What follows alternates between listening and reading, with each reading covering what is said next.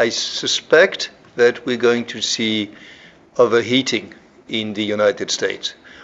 We don't know exactly what the natural rate is. We know it's much lower than we thought it was, and we can discuss this as well. But at some point, between 3 and 4%, we're going to get to the point where there's going to be more wage inflation pressure. There's already some. It's not very big, but it's there. So I suspect that we're going to see a bit more inflation because the unemployment rate is likely to decrease a bit more and put a bit of pressure on inflation. What we don't know is how nonlinear the Phillips curve relation is, which is it the case that it's very quiet until some point and then suddenly there's a boost of inflation, an explosion of inflation.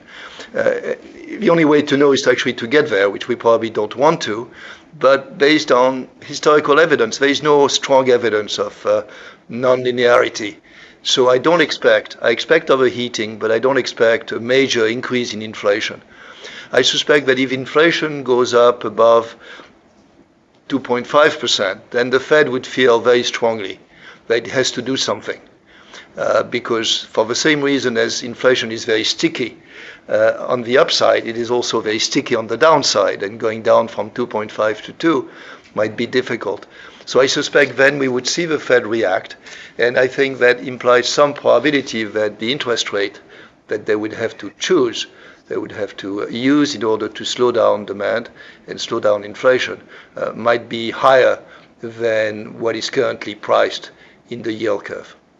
U.S. economy has a lot of momentum, and the Fed may find that it really needs to increase interest rates more than it anticipated. We understand very poorly the effect of monetary policy on demand in the current environment.